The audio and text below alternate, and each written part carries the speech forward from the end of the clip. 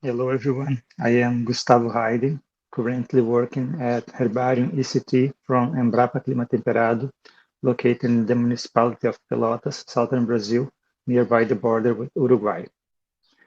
Today I'm going to talk about Baccharis, on updated data on its diversity and distribution. So Baccharis is a genus belonging to Asteraceae tribe Astereae and is monophyletic and characterized mainly by the functionally unisexual florets that are generally distributed in distinct individuals. So most of the plants belonging to this genus, they are functionally dioecious, as the example of Baccharis tarconantoides seen here in the on the left. But we also have some gynodioecious species as Baccharis aliena, monoecious species as Baccharis breviceta and Baccharis vulneraria, and also polygamous species as Baccharis punctulata. So this genus has not been revised taxonomically as a whole in almost the past 2 centuries, and recent country or territory level checklists are hardly comparable and mostly outdated because of the lack of uniformity of accepted names and taxonomic circumscriptions when considering different floras. So to fill up this gap, a comprehensive updated checklist on the diversity distributions of the species belonging to Baccharis and the genus infrageneric categories were compiled and updated. This compilation also recorded adventitious occurrences that constitute alien populations outside the native range of the genus.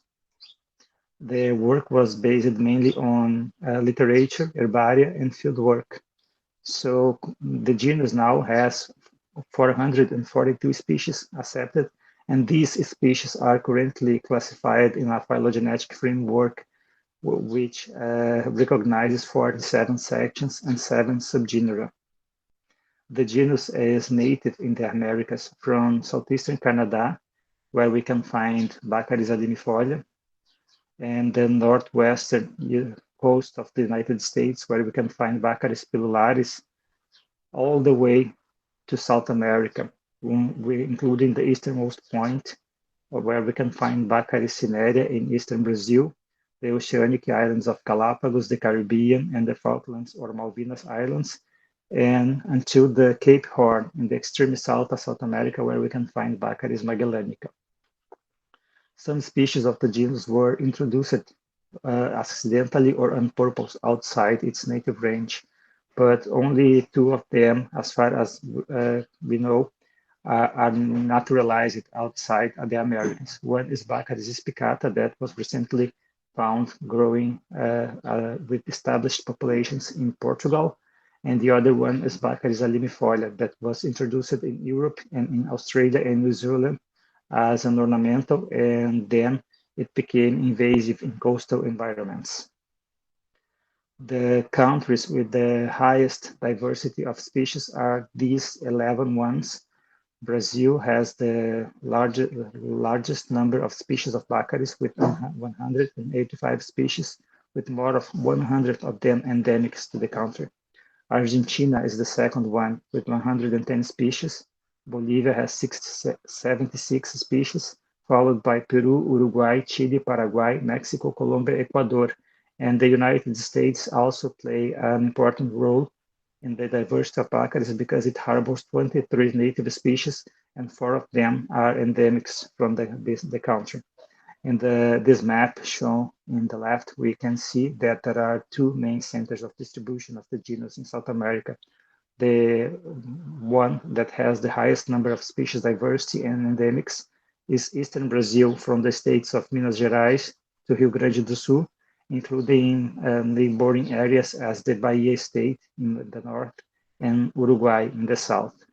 And the other second most important area for diversity are the Andes along from Colombia to the south of Andes, but most of the species are concentrated in Peru and Bolivia. We can also recognize other centers of species richness and endemism, for example, the southwestern USA and Mexico, or the Caribbean islands, which also have a lot of species and several of them are endemic to these regions. So here I'm showing 4 species. These 4 species, they are found in more than 10 countries. For example, Baccharis dioeca is used to be native to the United States, but now it's extinct in the wild and it's found only on cultivation, but can be found native in other 90 Caribbean countries or territories. Baccharis pedunculata is another species that occurs in more than 10 countries, including Bolivia, as the image depicted here. Baccharis salicifolia is the most widespread species in the genus. It occurs from the United States to the south of Chile and Argentina. And Baccharis trinervis, it's another species that is widespread in tropical forests from South America. On the other side, we have more than 200 species of Baccharis that are narrow endemics, and they are only found in specific countries, and some of them have a very restricted habitat. And here I'm showing examples from different subgenera of Baccharis. So figure A shows Baccharis gynodioecious from subgenus Sarcoidontoides, found only in cliffs in the Santa Catarina state in Brazil.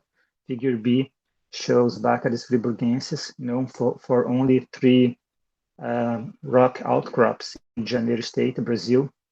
Image C shows Baccharis magnifica, found only in the Bandeira Peak in eastern Brazil, and it belongs to subgenus Heterothalamus. Figure D shows Baccharis bifrons belonging to subgenus Molina and found only in a peninsula in the coastal area of Rio de Janeiro State.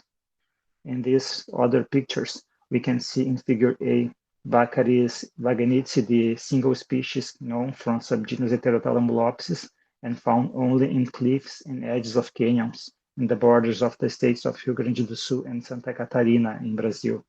Figure B shows Baccharis pluricapitulata, a narrow endemic from few wetlands in highlands from the southern half of the state of Rio Grande do Sul. And figure C has another species, Baccharis scopulorum, a characteristic one that can be recognized by that winged stems and some basal developed leaves. This species is also only found in a cliff in Santa Catarina state. And figure D shows Baccharis ovidotata, that is known from only a mountain in the state of Minas Gerais in Brazil. So a more comprehensive phylogenetic hypothesis for Baccharis is still needed to clarify the infrageneric relationships within the genus and to shed light for the understanding of the other evolutionary and biogeographical history. If you wish to follow the updates on the studies of Baccharis, please follow this project on ResearchGate. And thank you very much for everyone.